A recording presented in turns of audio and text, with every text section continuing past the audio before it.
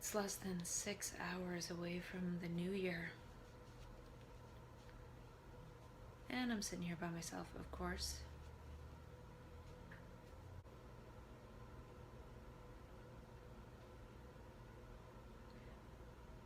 Lately, I've somewhat lost my appetite because of stress or whatever, and I've been eating a lot of pickles. And I have a favorite brand. They're the Bubby's pickles because they're not pasteurized. So they have the cloudy brine. And today I picked a pickle. And it's a double pickle.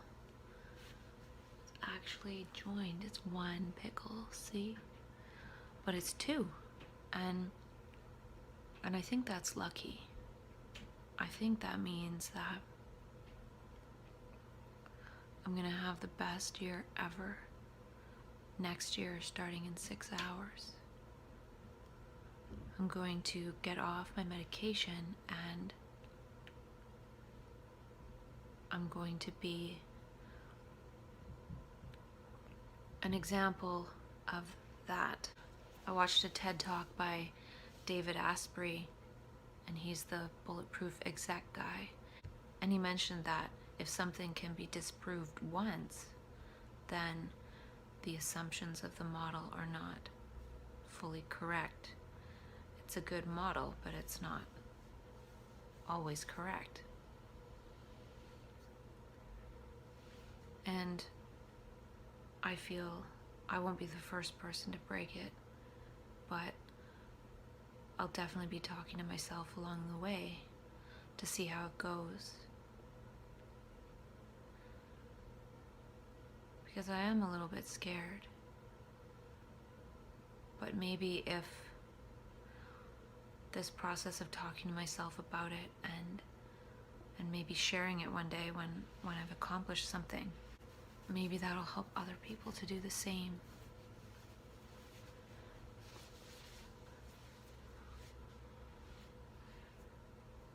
Because there's a lot of people who do share their story of success, but maybe don't necessarily talk to themselves along the way about it. They share it later on, and it's not as visible.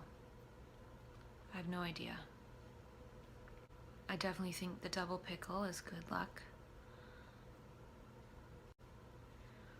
This year has been pretty interesting. I started making videos in late June, so just 6 months ago-ish. And I definitely feel stronger and weaker at the same time too. I feel like things are coming up for me, but maybe I can handle them. And it makes me feel weaker because I don't just crumble automatically. I ride it out, and it's somewhat painful, but I feel like I really don't want to go back to the psych ward, and maybe that's another reason why I'm able to manage it more, because I really don't want to go back. And tomorrow it'll officially be that I haven't been back in 8 months, because I was out of the hospital in early May, I think. So I still might need a few days to actually make it officially 8 months, but... And then through this process of talking to myself for the last 6 months, I feel like I just don't resonate with the paradigm anymore. I resonate with transcending the paradigm. And that's what I experienced in April, and I think that was the lesson that I was supposed to learn, was that a lot of people that go in for help in the psych ward are given medication that actually make them worse. And when the meds make somebody worse, like it did for me, it's just attributed to worsening of mental illness. Yet, if the meds seem to make something better, well, it must have been the meds that made it better. So it's never the meds that make it worse, but it's the meds that make it better. And I'm wondering if it does much of anything either way, or if it just mainly makes it worse, and then when it gets better, it seems like the meds made it better. I have no idea. All I know is that I think after having 2 hospitalizations where I was in and out really easily, the third one showed me that it can just as easily be made a lot worse by the paradigm that's trying to help. And I felt so powerless to try to escape it. And since that happened, I don't want anything to do with it at all. I just have so many other thoughts and ideas about what's really going on and how we really need to find out what it is the brain is trying to do, or the mind is trying to do. Like Dr. Daniel Siegel says, the mind uses the brain to create itself. Well, the mind is using the brain and turning brains into bipolar brains to create itself too. But it's not working. It's not being able to create itself. It's not being able to create this heaven on earth. And we experience that heaven on earth temporarily in mania. And then we come back to this reality, and nobody's trying to level up to that reality that people experience in mania. They're just calling the whole thing pathological, when really the tail end of the bipolar process that gets pathologized is just the hangover from coming back from heaven. And then I feel like people that have gone there, we need to actually help people level up to that level, because so many people are experiencing anxiety and depression. And this is a reality we've created where that is a normal occurrence, but that's not really supposed to be how life is. And I feel that's the way life is because we've been caught in habit, and then we're adapted to everything around us. We don't even notice it because we're caught in our own brains, or we're caught in our own mind stuff, our own thought forms. And we're not actually learning and exploring reality, but we have been trained out of doing that. And then when we get restored to learning again through the bipolar process, I feel too like at some point we eventually learn too much about reality and how it's been designed, and then we get tripped up by that because we're not able to design a new one in one process. We need more than just one of us working together at the same time to get that wave of life felt by everyone. And in an earlier video today, I asked why would the lithium or whatever it was on my hands come out in my hands. And I think it's because that's one of the places where the skin is replaced fastest. It sheds. One of the fastest areas in the body that the skin sheds is on the hands. Plus, the brain has a lot of neurons devoted to the hands. And so if it wanted to shoot lithium out of the brain, it'd definitely send it down the nerves to the hands, because there's so much for that represented in the brain. So there's a lot of neural pathways, plus a lot of skin shedding from the hands, and it didn't take long, maybe half an hour or so, before all the white was gone. And I said I'll probably take a break from taking the EMP, but I don't think I will. I think I'll take it again and see what happens. I'm curious to see if my hands turn white again. And I started to make an account on micronutrientsupport.com, but it's $35 a month, American, and I will pay that. I just think I'll wait a few days before I set it up. And this question that I asked, what would a manic do, has sort of stuck in my head a little bit. I feel like a manic person is celebrating life, is one with life, and is a celebration of life with life. But in terms of what would a manic do, a manic would definitely eat this double pickle, even though I feel kind of pickled out for the day. And also, I remembered I have one session left of colon hydrotherapy. And I was thinking about how it would be funny if I could ask my colon hydrotherapist if I could record this session. And I was thinking it'd be funny to say, this is my colon hydrotherapist who I've shat on many of occasions, because I bought a 6-pack of poop cleaning sessions, and I still have one left that I was saving for a rainy day. And since I've been eating a lot less lately, I'm thinking that the chances that I'll actually poop on her are less, because I have less poop in my system, I would think. And generally people don't poop on their colon hydrotherapist. It's just one of my specialties. And today and yesterday I've actually felt a little bit giggly and giddy. I really feel like I have felt less so-called anxiety today, and I've taken the EMP 3 days in a row, and today and yesterday I felt a little bit giggly, like I was watching something. Somebody that was with me when I was in really bad psychosis one time recorded me, and I was watching the video and there was one part where I was like, I'm just gonna go to the washroom in this bag, because I was too afraid to go to the bathroom, because I was afraid if I went in there I would end my life or something. I ended up not going in the bag. I went in the washroom, but it just seemed so funny, because I remember actually how much inner agony I was in, complete agony. But just watching the video in retrospect is funny, the stuff that I said.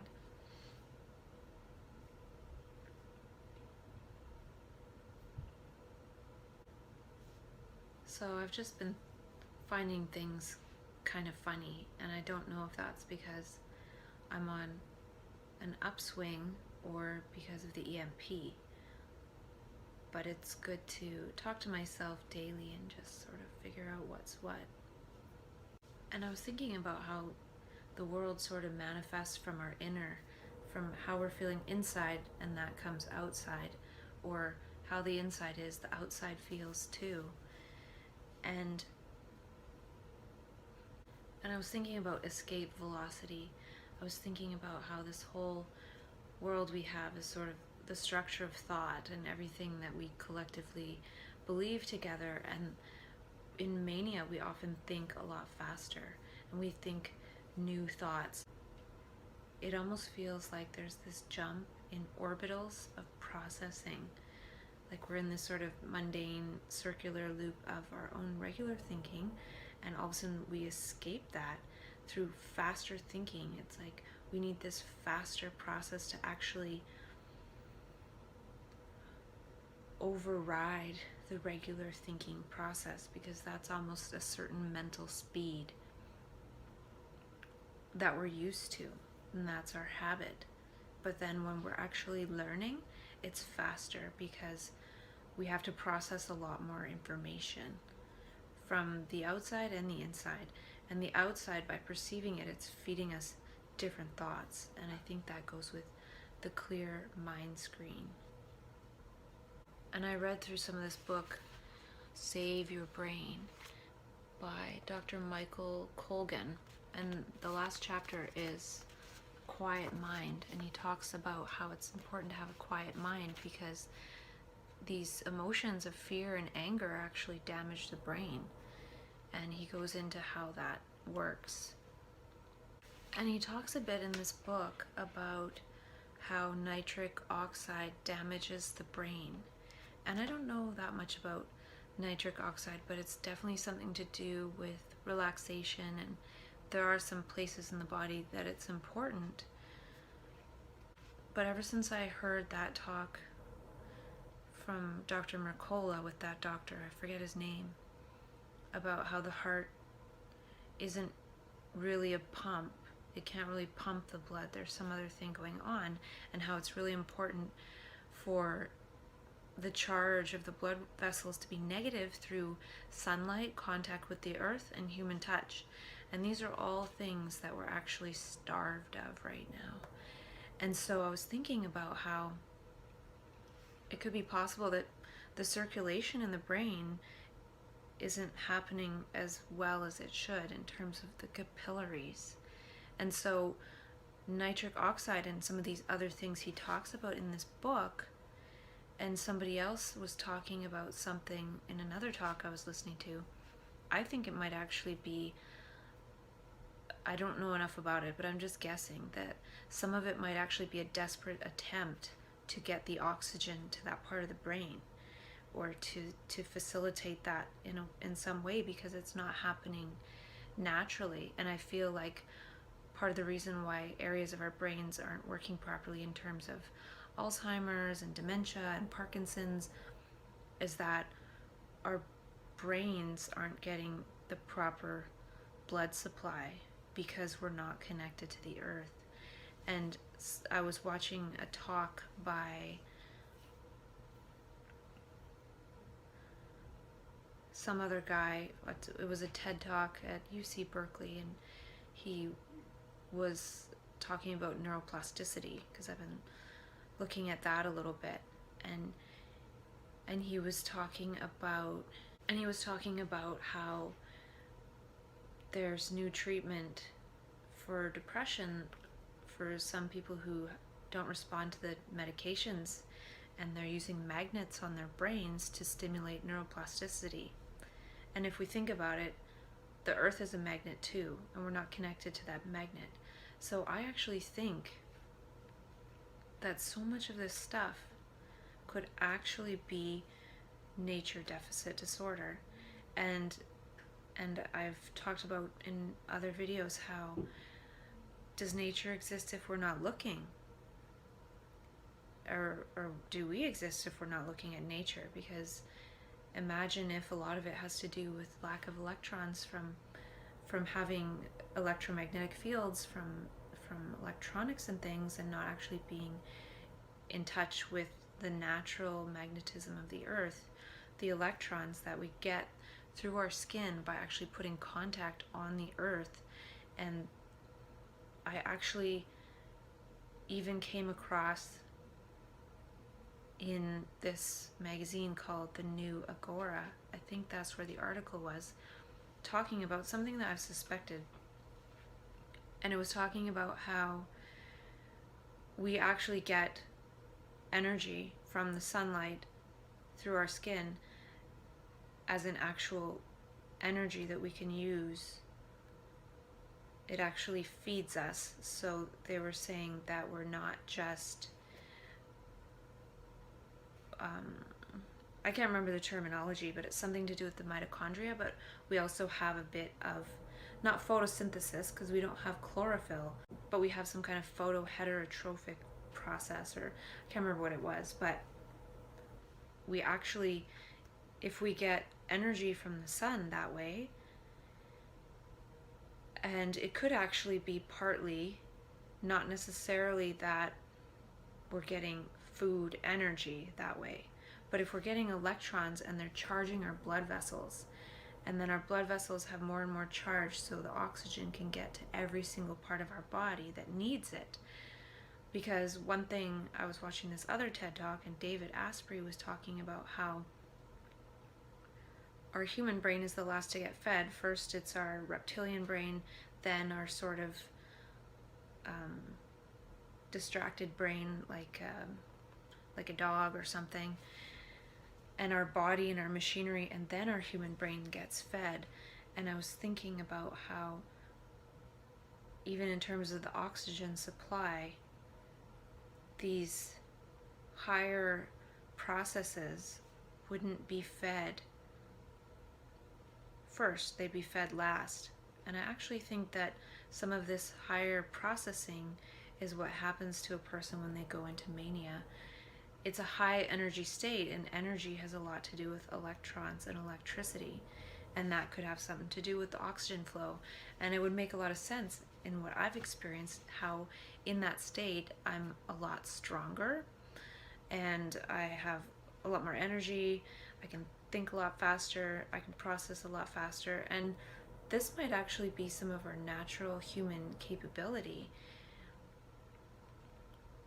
So I think there's a lot to this whole earth magnetism thing, being out in nature.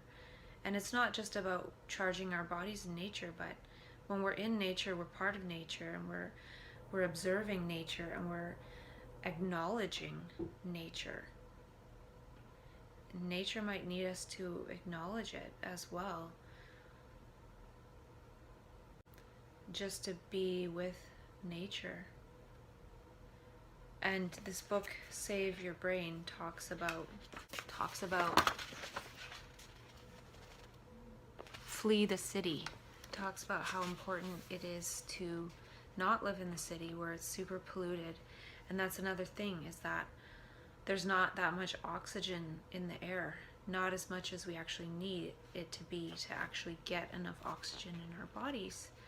So we're kind of oxygen starved, and if we're oxygen starved plus our blood vessels aren't charged properly through contact with the earth and other humans, and less toxins and everything, it makes sense that some of the areas of our brain are going to die and break down. And it talks in this book about Parkinson's, and it talks about dopamine, and how there's this particular part of the brain called the substantia nigra. And I think it's talking about some of these like blood vessels here, and how that's what gets damaged, and it has to do with dopamine as well. And I'm thinking too, it's in a way evolutionary.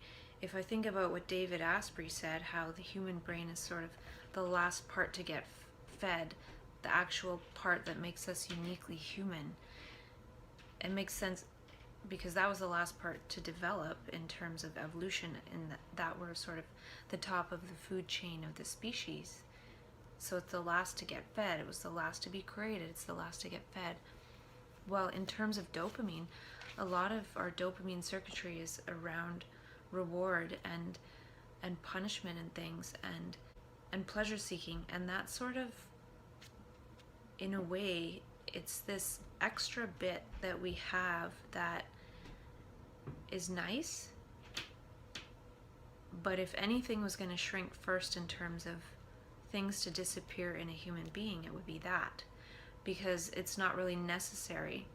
And then we end up, if we develop dementia or some kind of really bad Parkinson's, we go back to just being consumers of food and poopers and needing to be taken care of again.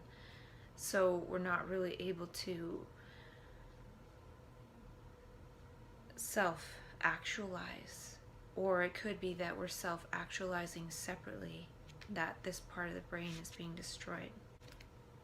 And it talks about how ginger is anti-inflammatory, turmeric, true cinnamon, and it talks about drinking a cup of coffee a day is good for you. It even talks about taking aspirin is good for you. But I was actually thinking that that's a blood thinner and an anti-inflammatory, but basically you don't necessarily need to thin your blood if the blood can get pumped through the system easily through the proper action of having enough negative charge in the blood vessels.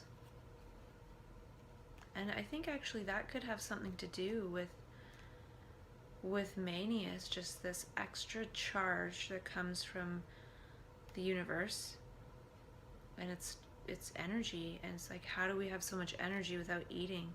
Why is it that we don't even need to sleep? It's because we have all this extra oxygen going through our system because we have this extra charge.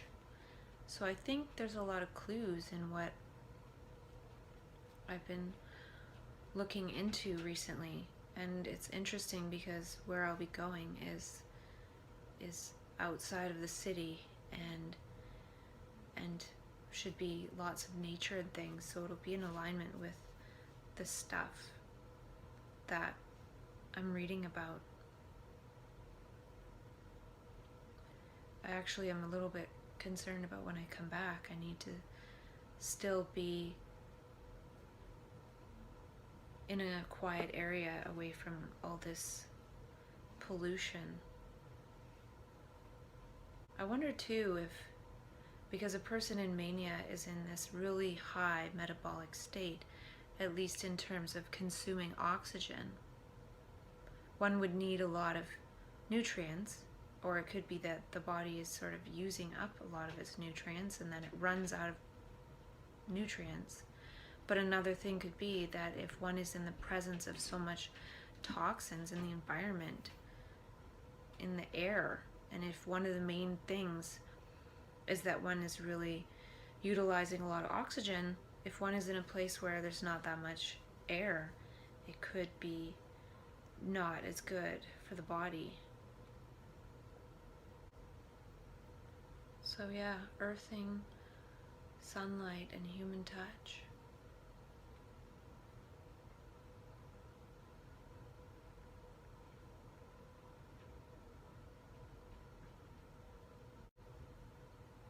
So I think this will be my last video of 2016. 2016 included one psych ward stay, whereas 2015 had 2. But the number of days were pretty much the same because I was in there a lot longer this year.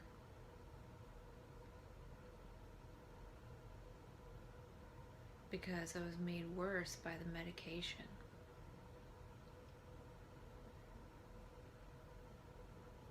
And I was lucky to escape. One other thing this book, Save Your Brain by Dr. Michael Colgan said was that we're made up of light and gas. Mostly light and gas. And I just want to remember that, because that's something that is interesting, especially because I talk about the adjacent light body. We could almost have a body that is just light and then sort of a material body as well, and they overlap. I don't know.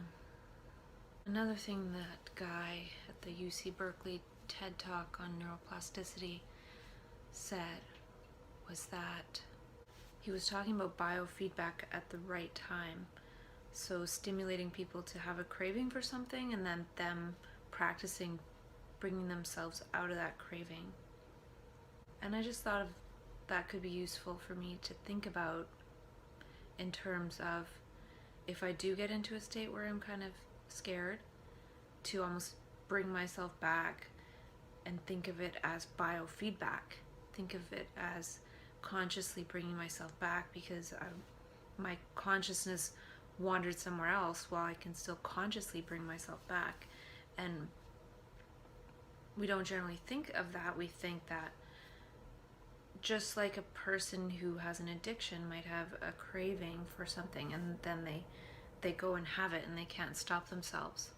Well, he was doing some research where they were doing biofeedback to get the person to practice not going for the craving, actually bringing themselves back. And I feel like there could be some application for that in my own practice of if my consciousness goes off somewhere, like it, almost like my consciousness is addicted to wandering off into terror or addicted to wandering off somewhere else, I can think of it as I can bring myself back instead of thinking that I'm completely a victim to that. There is some element in me that can bring it back. And I don't know if that's true, but I just thought of that when he said that, because I like to relate things to my own experience, no matter what it is. He talked about something called sensory substitution. And I actually think that that's something that's going on in bipolar, is that there's certain areas of the brain that are sort of atrophying and being substituted for something else that we can't yet really recognize what that is, what that function is. And there's no real place for that in society. And I think that that's partly what's happening, is certain areas are shutting down and other areas are amping up. Since we're so attached to those areas that shut down and diminish, we think that it's some kind of problem, when I actually see it as a solution. And he also said, use what does work to get the results you want. So if there's certain parts of my brain that aren't working as well, I can use the parts that are working well, and some of them might even be working better. And the Dave Asprey TED Talk, he talked about how he's a human performance consultant, and I was like thinking to myself, I want to be a bipolar performance consultant. Maybe if I can master it, then I can be. And he talked about something interesting about how reflexes are interesting because it shows us that we don't have control over our body. So if we touch a hot stove, our arm pulls away before we even realize what happened and that it was a hot stove. And I might have talked about this before, how bipolar is almost like a reflex. It's so sensitive and it's sensing other things, and it reflexively pulls away from certain things or attacks certain things or gets mad at certain things. It's more of an automatic. There's not so much prefrontal cortex planning and scheming going on. It's very much more an emotional state. And it's sort of like a reflex because we're not really in control. But how much are we really in control of anything? And the way so-called normal people are in control is getting kind of boring. People are getting bored with it, and they're getting depressed and anxious and everything. And he also talked about how gratitude is the most important biohack. And I thought that was cool to hear from him, because I know he's done a lot of research. And just to remind myself about gratitude. Sometimes I really feel in this state of gratitude, and I also feel like being in the manic state, gratitude is just automatically there without having to think I'm grateful.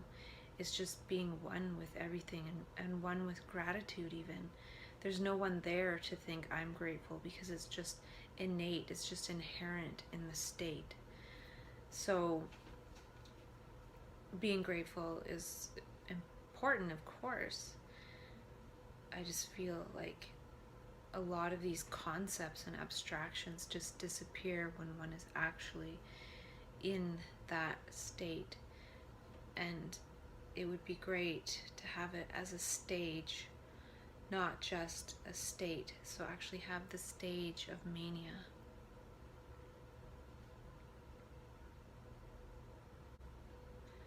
And that's just joy beyond reason. Not needing a reason to be joyful. We're all looking for reasons, but imagine we were just joyful without needing reasons. And mania, part of that reflex in bipolar is hyper-intuition. And part of intuition is the hypofrontality, the deactivation of the prefrontal cortex. And I wonder what we would create out of joy for no reason versus all this planning and preconception that happens right now.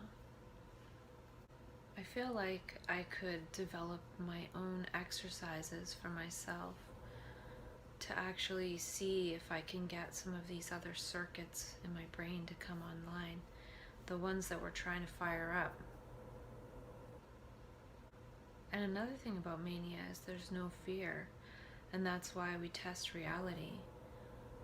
And the voice in our head, a lot of times, it's implicitly fearful. And fear is a waste of energy. So there's definitely a fearlessness in the state, or a love more-ness. And I don't think we learn how reality actually works because of our fear. So we allow our fear to keep us in this sphere of comfort. And so when we lose that fear in mania, we start to test the limits of reality because we don't have any fear.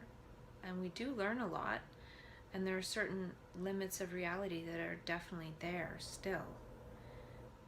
Like in Sean Blackwell's videos, he talked about how somebody tried to walk through a wall,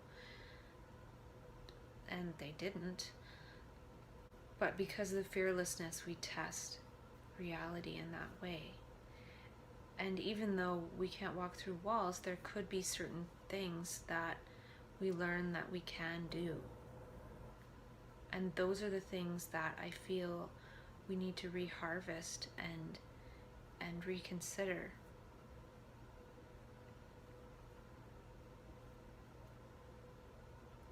One of mine, I was able to get people to shift automatically into their light body self, a more beautiful, flamboyant version of the same person in an instant. Now, I might be able to go out there and see if I can make that happen. And I also feel like people who haven't been diagnosed bipolar don't learn about bipolar because of fear. And then what they do learn about it is just mostly fearful stuff, or don't stigmatize people, like just sort of talking stuff. And then a lot of people with bipolar don't actually learn about themselves and their own capabilities because of fear, because they're taught to fear themselves. So after all of this happening of bipolar or map consciousness or manic consciousness, it's never again really tested. It's feared. And fearing bipolar is just like fearing learning. It's fearing the capabilities of the brain. It's fearing our own gifts and our own greatness. I wrote down, gesture yourself to joy and get people to notice that they're alive. Most people are stuck in their head, so I wonder if I can sort of go, wake up, yo. And I think actually maybe something that charges the blood vessels too is looking in each other's eyes. Because if the sunlight can do that, so can the light from another person's eyes. And that could actually be part of the placebo. It's generally, if somebody's receiving some kind of placebo study, they're going to make eye contact with somebody. And they're going to be in contact with that person's energy as well. Maybe even shake hands. And all these things are charging up the being of somebody. Last night, before I went to bed, I was writing a few things down, and I wrote that whatever you notice, you're one with, you're related to, and that there's an importance in noticing nature and having a relationship with it, versus always being related to thought forms, energy going into thought forms, because those thought forms aren't life. And then I wrote, you are the one life, you are the relationship,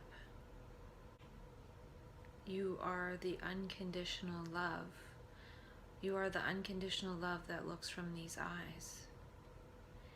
And I remember last night when I wrote that, I got a little bit freaked out. Because sometimes before in the past, when I've written some sort of higher insight, whatever that means, sometimes I get this fear response. Because sometimes I get to the point where I feel like I know the rest of the story. and then I feel sort of alone. And I got that sensation a little bit, or I felt like that was going to happen soon.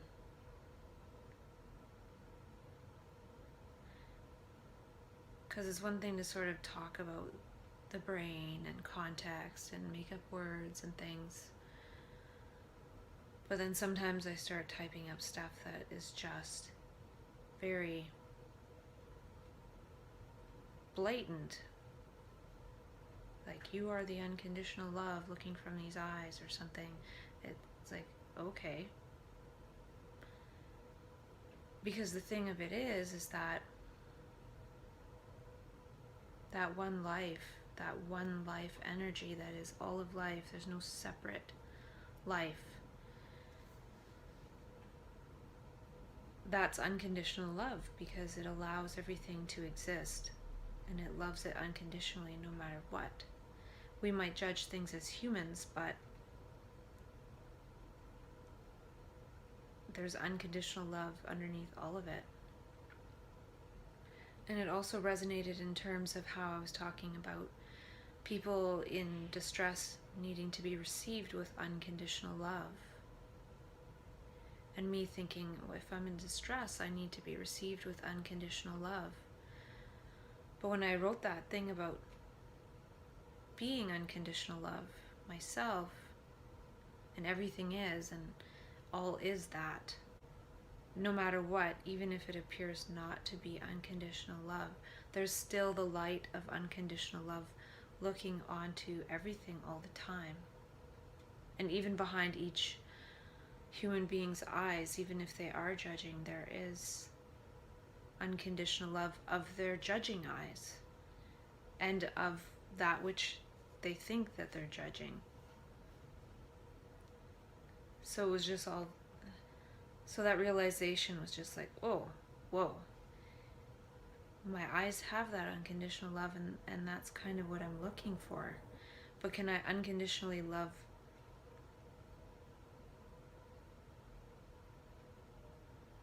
all of my distress that I've had so far and sort of look back and heal it without needing somebody else to do that?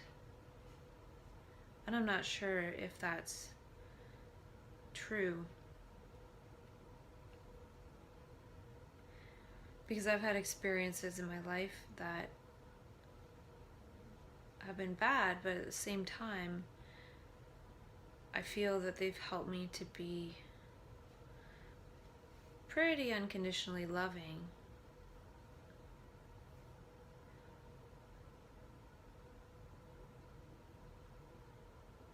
Not 100%, but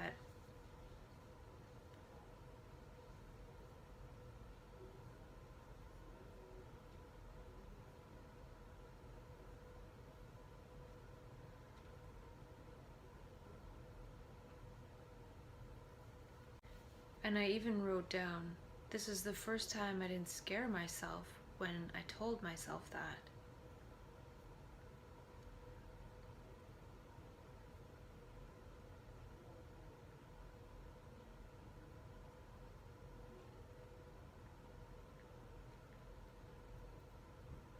Because it's a pretty high level of consciousness to feel unconditional love.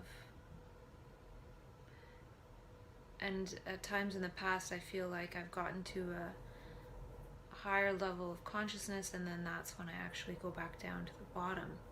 And I think that's what might be a little bit of the scary part, is that when I have this sense of being in this level, like getting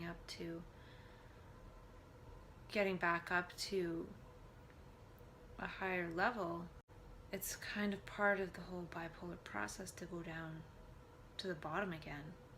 So being at a good level of consciousness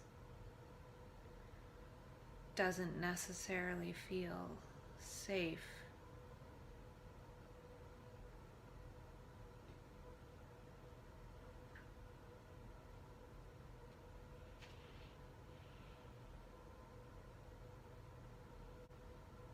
Yet realizing that and not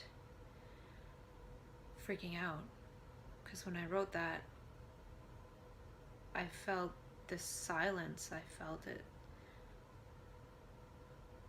so deeply, and it felt like, okay, well, now it's time to go to bed.